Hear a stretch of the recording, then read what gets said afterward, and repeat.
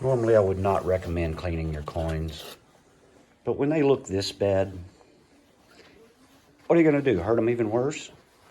If you'll remember, a few days ago I made a video about the worst of the worst, and they were some really bad coins.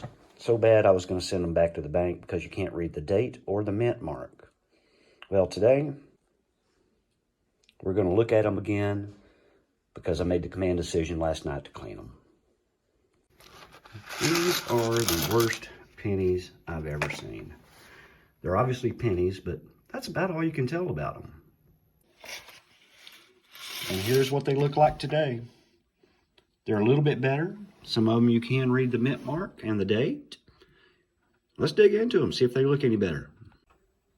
So remember, these are the worst of the worst, and some of them did not clean it up at all. You can't get rid of that corrosion. Only way you can tell it's a penny, it says Liberty, and obviously on the reverse.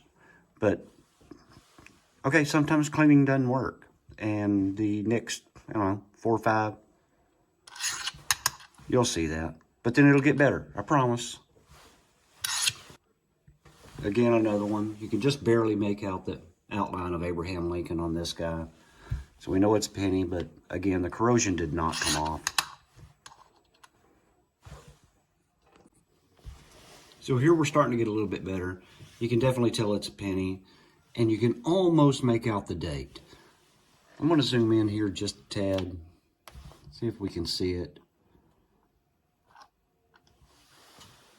That is a 19-something-9. I would say that's a 1989 just because of that round top right there. And it looks awful small. So let's hope, if it is 1989. And yet another one that, yeah, cleaning didn't work. It's still horrible. This one did clean up pretty nice, except for the corrosion over the date. We can tell it's a D mint mark. And we can almost make out that it's probably a 2006. But, again, that's all you can tell about it. This one you can tell a little bit more about it. You can see the lines in the 9. So I'm going to say that's a 1996 D. Hey, at least we can read it now. This one did clean up pretty good. It is definitely a 1970S. Yeah, I like this one. I do have another one of these. So this one I think I'm going to put in the bag with my other 1970S. I kind of like this one. Even though it's really in horrible shape, I might call this part of my lowball collection. And we'll get into that later about the lowball. There was an article I read a long time ago about the worst of the worst that are still gradable. And people are collecting lowballs, things that are graded at a 1 or even less. 69D, pretty obvious. 07D. 1971D, still in horrible shape. 1989.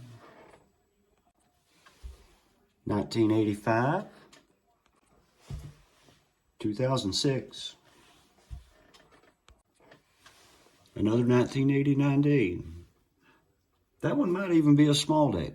Kind of hard to tell. I could zoom in, but we'll look at that later, which means you'll probably see it again. 1996.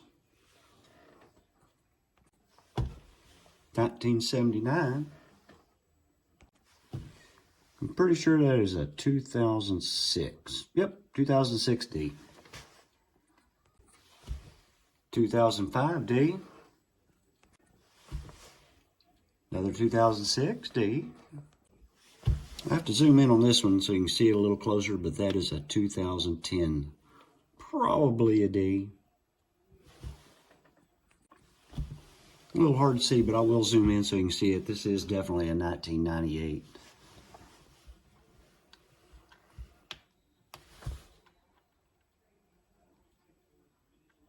Yep.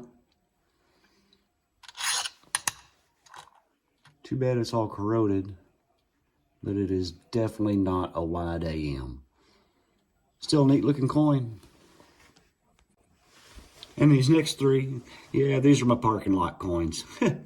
There's no amount of cleaning that's going to help these guys. They are in such bad shape. Yeah.